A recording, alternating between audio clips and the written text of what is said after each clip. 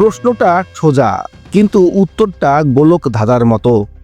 বাংলাদেশের রাজনীতিতে কি এমন কিছু ঘটছে যা প্রকাশ্যে বলা হচ্ছে না? ভারত ও বিএনপি কি সত্যিই একসাথে কাজ করছে আওয়ামী লীগকে আবার নির্বাচনের মাঠে ফেরাতে? আর সেই সঙ্গে কি পরিকল্পিতভাবে জামায়াতের রাজনীতি কোণঠাসা করার চেষ্টা চলছে? চলুন নেপথ্যের ছবিটা ধীরে ধীরে খুলে দেখা যাক।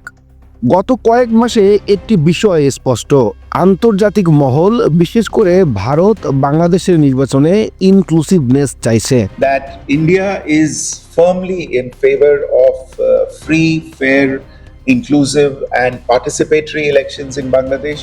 এই ইনক্লুসিভনেসের অর্থ একটাই, আওয়ামী লীগ ছাড়া নির্বাচন হলে সেটি আন্তর্জাতিকভাবে প্রশ্নবিদ্ধ হবে। ভারতের দৃষ্টিতে আওয়ামী লীগ শুধু একটি দল নয়, এটি ঢাকা নয়াদিল্লি সম্পর্কের পরীক্ষিত অংশীদার। সীমান্ত নিরাপত্তা, উত্তর পূর্ব ভারতের স্থিতিশীলতা, চীন ও পশ্চিমা প্রভাবের ভারসাম্য, এই সব হিসাবেই ভারত আওয়ামী লীগকে পুরোপুরি বাইরে দেখতে চায় না। এখানেই আসে সবচেয়ে চমকপ্রদ বিষয়। বিএনপি প্রকাশ্যে আওয়ামী লীগের বিরোধিতা করলেও নেপথ্যে তারা বুঝে গেছে আওয়ামী লীগকে পুরোপুরি বাদ দিয়ে ক্ষমতায় যাওয়ার পথ আন্তর্জাতিকভাবে কঠিন। ফলে একটি মিডল পাথ তৈরি হচ্ছে। আওয়ামী লীগ নির্বাচনের অংশ নেবে কিন্তু ক্ষমতায় থাকবে না।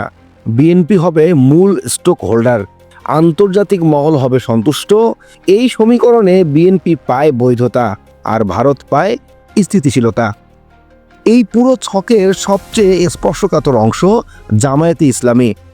ভারত, পশ্চিমা শক্তি, এমনকি বিএনপির একটি বড় অংশ মনে করে জামায়াত থাকলে নির্বাচন কন্ট্রোভার্সিয়াল হবে, আন্তর্জাতিক চাপ বাড়বে, ধর্মভিত্তিক রাজনীতির ভয় দেখানো সহজ হবে। ফলে দেখা যাচ্ছে মামলা, নিবন্ধন, বিতর্ক, রাজনৈতিক স্পেস সংকুচিত করা, সব মিলিয়ে জামায়াতকে গেমের বাইরে রাখার চেষ্টা। যদি সত্যি ভারত ও বিএনপি মিলে রাজনৈতিক মাঠ সাজায়, কে খেলবে কে খেলবে না তা ঠিক হয় নেপথ্যে। একটি বড় রাজনৈতিক শক্তিকে বাদ দেওয়ার চেষ্টা হলে তাহলে প্রশ্ন উঠবেই, এটা কি নির্বাচন নাকি নির্বাচন নামের ব্যবস্থাপনা? এভাবে যদি চলতে থাকে তাহলে এই সরকারি অর্থ অপচয় করে এই নির্বাচনের কোনো প্রয়োজন নেই। বাংলাদেশ এখন এক অদ্ভুত মোড়ে দাঁড়িয়ে। প্রকাশ্যে সংঘাত, নেপথ্যে সমঝোতা, জনগণের সামনে অস্পষ্ট ভবিষ্যৎ। আজ আওয়ামী লীগকে ফেরানোর চেষ্টা, কাল জামায়াতকে বাদ দেওয়ার অপচেষ্টা। সব মিলিয়ে রাজনীতি যেন দাবার বোর্ড। কিন্তু দাবার বোর্ডের সবচেয়ে বড় প্রশ্ন একটাই, এই খেলায় জনগণ কি খেলোয়াড় নাকি শুধু ঘুঁটি?